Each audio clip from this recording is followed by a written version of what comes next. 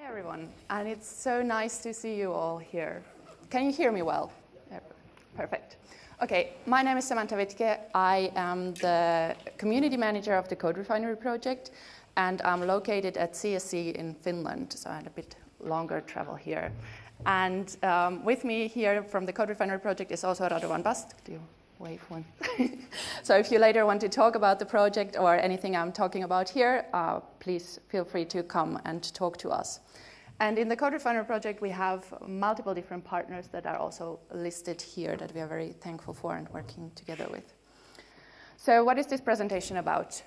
First, I'm going to talk a little bit about the CodeRefinery project and our workshops, what they include, what they are.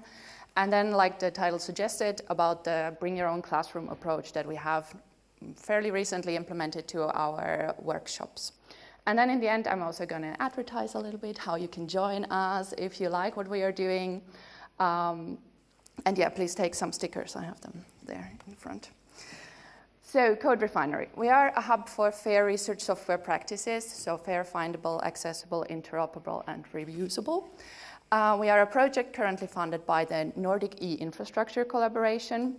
And that also means that, like you've seen maybe the logos, most of our partners currently are from the Nordics, but everything we do is open for everyone, and we are very happy for anyone from anywhere to join us.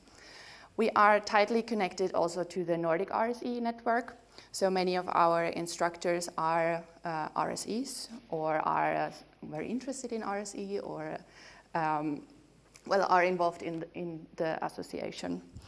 We have 2 main online workshops a year. Those are free of charge, and everyone is welcome to attend them. And in these workshops, we teach topics which are helpful for researchers and essential for RSEs. So we see it a little bit like what is shown here in the bottom. We have the researcher. There's many different ways how a researcher can move on, for example, become a researcher who codes. And then again, many ways to go. And one way would be to visit a CodeRefinery workshop. And then again, many different ways, and one way would be to become a research software engineer. So that's one way of how you can end up here. And in our workshops, we talk about version control, introduction to version control, and then also collaborative version control, reproducible research with containers and Conda environments, for example. We talk about software licensing, how to document your research software, reusable Jupyter notebooks, and then also automated testing and modular code development. And all these lesson materials are freely available. And actually, these slides are available on Zenodo. If you look for CodeRefinery community there, you can find the slides to these talks, and then you can click those links and find all the lesson materials behind that link. And all these lesson materials are developed over now almost 40 workshops. And these workshops have changed during the year. So if you maybe have visited some like 3-4 years ago, that's quite different from what we are doing nowadays. So nowadays we reach over about 500 people a year, and we have about 30 instructors or speakers from different organizations, not only in the Nordics.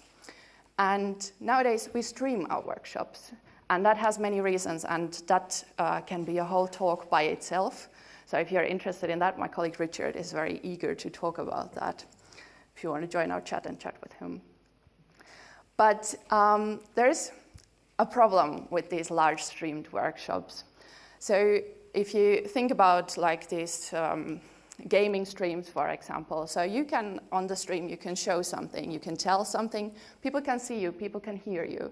But if you ever visited one of these gaming streams or whatever stream, you also know maybe the chat is going quite wildly and quite fast. So it's not so easy to follow up, especially as a speaker, especially as an instructor, during these kind of workshops to follow this kind of interaction there on these streaming platforms. Thank you. So how do we reach the people? How do we know if we reach the people? How do we get questions? And what can help here are specific tools for that. For example, we use a collaborative document. Currently, we are using HedgeDog for that. And that helps a lot. So we can ask people how they're doing. Is it going on the right pace? We can let them know also in a written form, like this is the exercise we are working on right now, or this is the link to the materials where we are right now. And we have it all stored in one document. and nicely together. And people know where they can, for example, ask questions or add additional links or further discuss some topic that they have heard on a stream.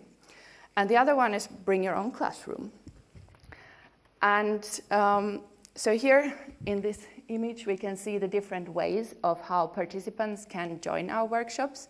First, we have the individual learners. So they sit, for example, at home, they watch the stream, they interact with us via the collaborative notes, and everyone's happy. Then we have these classrooms, and they can be online or in person. So people meet up, people watch the stream together. And in our workshops, we have usually 2 instructors teaching a short bit of something, and then we have a longer exercise session. During the exercise session, the individual learners do the exercises by themselves, again, interact via the collaborative notes. But in these online or local classrooms, we have usually one person who knows the materials, who has some experience with the tools that we're teaching in the workshops. So there can be some interaction also between the people in the room, be it online or be it local. So they have their own team lead as additional level of support, not only the interactive notes. And that can be some small groups of about like 5 to 10 people are maybe a good size of these classrooms. So we have done this now for a while, and we had some classrooms joining us. For example, in the Netherlands, they have now taken it one step further, so they have now found out what their researchers need by joining our workshops, and have developed their own workshop for exactly what their researchers need. That's a very nice success story. And then we have also one classroom in Germany, so this allows to reach us a very big audience, and then also the creation of local communities, so people that maybe know each other from beforehand or get to know each other through meeting up and doing the workshop together. Then you can read all of these full experiences. It's long text. I only picked out a few lines here in our blog post. But also from Norway, we have got this feedback that this doesn't solve the problem of that like you always lose some learners during the time. So our workshops is 6 half days. So it is really a challenge to keep the whole classroom, thank you, from the first to the last day. So also in these classrooms, it is still a problem. And then also from Denmark, we got the feedback that you have this little community that you're building, and it helps to discuss in person rather than only writing in the collaborative documents, which helps. So what have we learned? The format is unusual and requires some getting used to. That's one reason also why I'm here talking about this. We also wrote a blog post about it where you can read a little bit more. The exercise sessions need to be timed very well and need to be also adapted a little bit to that possibility that people can discuss the stuff in the rooms, online or in person. So you might need to give a little bit more time for these exercises.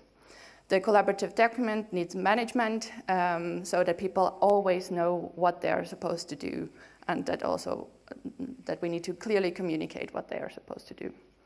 And then this feedback from the local host is invaluable, and we have been developing this format quite a lot based on that feedback, and we thank everyone for it.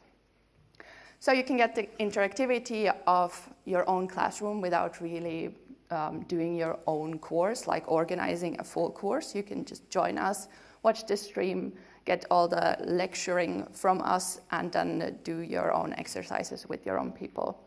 We also do onboarding sessions before the workshops where we do some orientation and go through how the workshop is going to go, what have been good strategies and how to deal with these own classrooms and so on. And then we also have some people adding side quests according to their own need. And then also train the trainer, and of course this community as a test bed, so we can try out things together and then go on from there. And now these are the ways of how you can join us. And because my time is out, I will just leave this here. These slides you can find there. Thank you very much. Thank you very much.